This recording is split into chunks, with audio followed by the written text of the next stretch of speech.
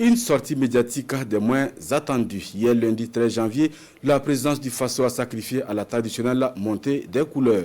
Une occasion pour le chef de l'État d'adresser son message de nouvel an à l'ensemble de ses collaborateurs. Bien au-delà, le capitaine Ibrahim Traoré s'est adressé à toute l'administration burkinabé dans son ensemble, mais aussi à toute l'Afrique dans le combat contre l'impérialisme, non sans répondre aux propos du président français Emmanuel Macron qui qualifie certains États africains d'ingrats vis-à-vis de la France. Le chef de l'État se félicite par ailleurs du travail des forces combattantes sur le terrain et invite chaque maillon à en faire autant pour un Burkina Faso plus souverain et débarrassé complètement du joug de l'impérialisme. Retour sur le message du président du Faso avec Yarki Teda. Dans son message de montée de couleur, le président du Faso se veut un peu plus clair. Son combat en tout temps et en tout lieu reste et demeure la lutte contre l'impérialisme et de façon implacable. Nos vaillantes forces combattantes sont sur le terrain.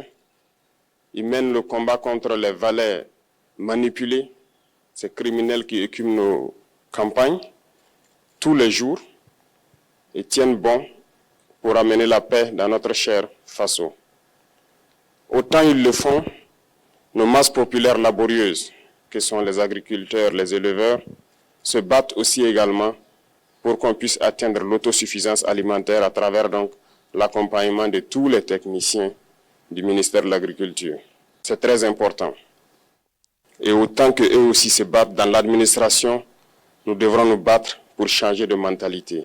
Le changement de mentalité est certes difficile, mais il faut y arriver et mieux revenir aux fondamentaux, c'est-à-dire aux sources.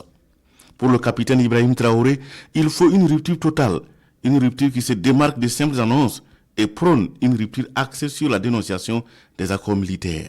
Tout ce que nous savons, c'est que si vous voulez une rupture avec ces forces impérialistes, c'est simple, on dénonce les accords. Tout commence par là-bas. Et je pense que l'exemple du Tchad, en tout cas, est palpable. Ils ont commencé par dénoncer les accords.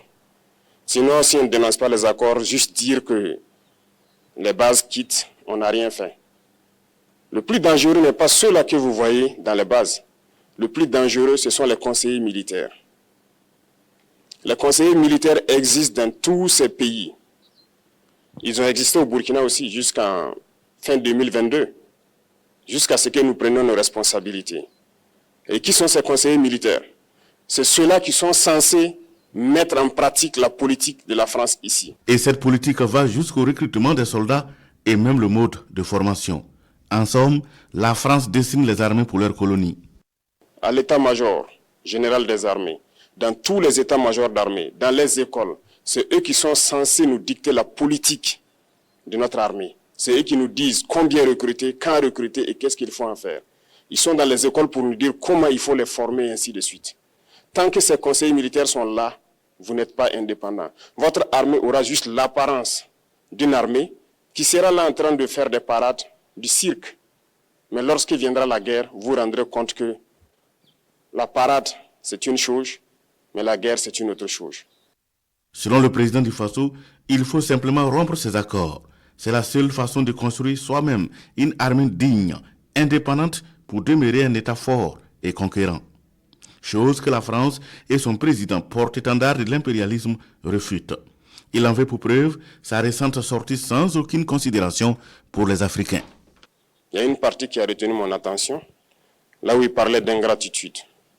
Et que l'ingratitude est une maladie non transmissible aux humains. Lui, il est humain, notre ingratitude n'est pas transmissible à lui. Voilà comment ce monsieur voit l'Afrique, voit les Africains. Nous ne sommes pas des humains à ses yeux.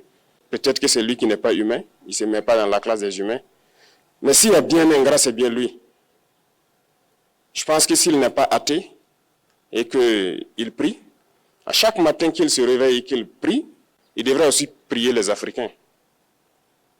Parce que c'est grâce à nos ancêtres qu'il existe aujourd'hui une France. Il devrait nous prier. À ses yeux, nous ne devons pas être des humains, nous sommes plus que des humains. Ce sont des messages très forts qu'il passe. Moi, je pleure le peuple français. Mais quand même, il est bien pour l'Afrique.